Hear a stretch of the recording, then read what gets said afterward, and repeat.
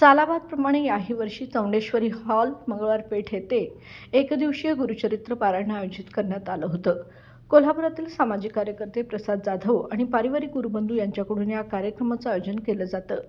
चरित्र सामूहिक पारायणाचे हे 9वे वर्ष आहे.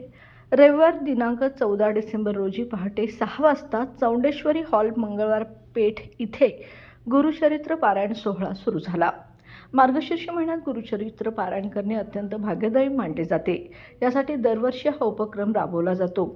पहाटे 6 वाजता पूजा आणि अभिषेक करून पारायणाला सुरुवात करण्यात आली. तसेच संध्याकाळी आरती आणि महाप्रसादाचे नियोजन करण्यात आले होते. पारायणासाठी महिलांची उपस्थिती लक्षणीय होती. यावर्षी 1000हून अधिक लोकांनी याचा लाभ घेतला. सागर जोशी गुरुजी यांच्या मार्गदर्शनाखाली हे पारायण पार पडले.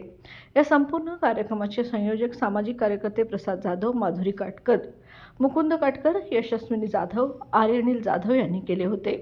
सामाजिक कार्यकर्ते प्रसाद जाधव यांचे कुटुंब, स्थानिक लोक आणि मित्रपरिवाराच्या सहकार्याने या कार्यक्रमाचे नियोजन अतिशय यशस्वीरित्या आणि आनंदात पार पडले. लोकांनी यासाठी मनोमन शुभेच्छा दिल्या.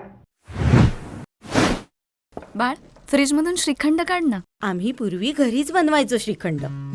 त्याची चवच वेगळी होती. आता काय सगळं रेडीमेड. आजी, हे श्रीखंड खाऊन बघ. आज तुझ्या आईनं घरीच बनवलं की काय? हे आहे गोकुळचं श्रीखंड. अगदी जिभेवर रेंगाळणार. जिभेवरच नाही तर मनावरही रेंगाळणार. गोकुळ श्रीखंड, मनावर रेंगाळणार.